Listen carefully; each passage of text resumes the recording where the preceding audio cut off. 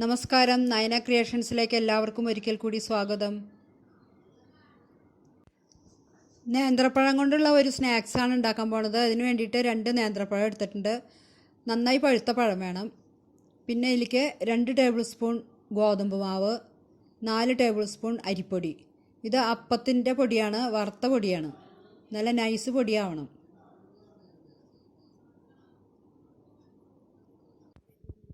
രണ്ട് ബ്രെഡിൻ്റെ പീസ് എടുത്തിട്ടുണ്ട്. ഇതൊരു മിക്സിയുടെ ജാറിലിട്ടിട്ട് പൊടിച്ചെടുക്കാം. പഴം നന്നായി വേവിച്ചെടുക്കാം. ബ്രെഡ് പൊടിച്ചെടുത്തിട്ടുണ്ട്. ഇനി നമുക്കിത് ഒരു പ്ലേറ്റിലേക്ക് മാറ്റാം. വേവിച്ചെടുത്ത പഴം ചൂടാറുന്നതിന് മുമ്പ് തന്നെ വേഗം കൈ വെച്ചിട്ടോ അല്ലെങ്കിൽ ഒരു സ്പൂൺ വെച്ചിട്ടോ എങ്ങനെയെങ്കിലും അത് ഉടച്ചെടുക്കണം. ഇനി ഒരു പാത്രം എടുത്തിട്ട് അതിലേക്ക് ഗോതമ്പ് പൊടി 2 ടേബിൾ സ്പൂണും പിന്നെ കുറച്ച് അരിപ്പൊടിയും കൂടി ഇടുക.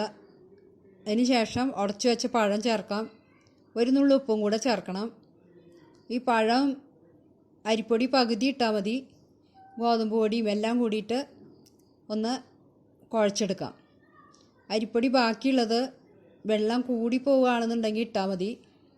നന്നായിട്ട് പഴുത്ത പഴമാണെങ്കിൽ അതും കൂടെ ഇടേണ്ടി വരും. കുഴയ്ക്കാനുള്ള സൗകര്യത്തിന് വേണ്ടിയിട്ട് ഞാനിതൊരു പ്ലേറ്റിലേക്ക് മാറ്റിയിട്ടുണ്ട്. ഇനി ഇത് നന്നായി കുഴച്ചെടുക്കാം. ഇനി ഇതിലേക്ക് 2 ഏലക്ക പൊടിച്ചത് ചേർത്ത് കൊടുക്കണം. പിന്നെ 4 ടേബിൾ സ്പൂൺ നാളികേരമാണ് ഞാനിവിടെ ചേർക്കാൻ പോണത്. വേണമെങ്കിൽ നാളികേരം കൂടുതൽ ചേർക്കാം. നാളികേരം കൂടിക്കഴിഞ്ഞാൽ സ്വാദ് കൂടുതലേ ഉണ്ടാവുള്ളൂ. പിന്നെ ഇതിലേക്ക് 1 ടേബിൾ സ്പൂൺ പഞ്ചസാരയും കൂടി ചേർക്കുന്നുണ്ട്. പഞ്ചസാര മധുരം കൂടുതൽ വേണ്ടവർക്ക് കൂടുതൽ ചേർക്കാം. ഇതിപ്പോൾ ഈ പഴത്തിന് ഇത്തിരി മധുരം കുറവാണ്, അതുകൊണ്ടാണ് 1 ടേബിൾ സ്പൂൺ പഞ്ചസാര ചേർക്കണത്. നല്ല മധുരമുള്ള പഴമാണെങ്കിൽ പഞ്ചസാര ചേർക്കേണ്ട ആവശ്യമില്ല. ഇതിന് മുമ്പ് ഒരു ദിവസം ഞാൻ ഉണ്ടാക്കിയപ്പോൾ മധുരം കൂടിപ്പോയി. അത് നല്ല പഴുത്ത പഴമായിരുന്നു, നല്ല മധുരമുള്ള പഴമായിരുന്നു. ഈ ഒരു സ്നാക്സ് എല്ലാവർക്കും ഇഷ്ടപ്പെടും. എല്ലാവരും ഉണ്ടാക്കി നോക്കണം. 1 ടീസ്പൂൺ നെയ്യും കൂടി ഈ പഴക്കൂട്ടിലേക്ക് ചേർത്ത് നന്നായി കുഴയ്ക്കാം. ഇനി ഇത് വറുത്തെടുക്കാൻ വേണ്ടിയിട്ട് ഒരു പാത്രത്തിൽ എണ്ണ ചൂടാക്കാൻ വയ്ക്കാം. ഞാനിവിടെ വെളിച്ചെണ്ണയാണ് ഉപയോഗിക്കുന്നത്. ഓരോരുത്തർക്കും അവരവർക്ക് ഇഷ്ടമുള്ള എണ്ണ ഉപയോഗിക്കാം. ഇനി കയ്യിൽ കുറച്ച് എണ്ണയോ അല്ലെങ്കിൽ നെയ്യോ അല്ലെങ്കിൽ വെള്ളമായാലും മതി, എന്തെങ്കിലും ഒന്ന് ആക്കിയതിന് ശേഷം ഈ പഴക്കൂട്ടിൽ നിന്ന് കുറേശ്ശെ എടുത്തിട്ട് നമുക്ക് ഇഷ്ടമുള്ള ഷേപ്പ് ആക്കി വയ്ക്കാം.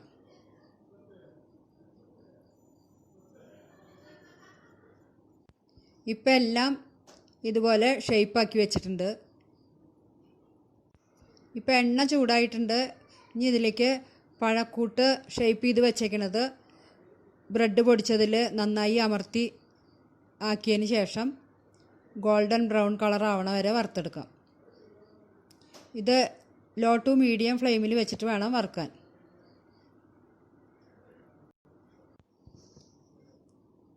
ഇപ്പോൾ നന്നായിട്ട് മൊരിഞ്ഞ് വന്നിട്ടുണ്ട്. ഇനി ഇത് ഒരു ടിഷ്യൂ പേപ്പറിലേക്ക് മാറ്റാം. ഇനി ബാക്കിയുള്ളതും കൂടി നന്നായിട്ട് ഫ്രൈ ചെയ്ത് മാറ്റാം.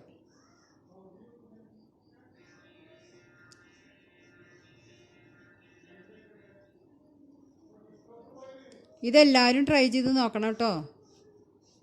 നല്ലൊരു സ്നാക്സാണ്. ഇതൊരു പഴംപൊരിയുടെയൊക്കെ ഒരു ടേസ്റ്റ് തോന്നും ഇതിന്.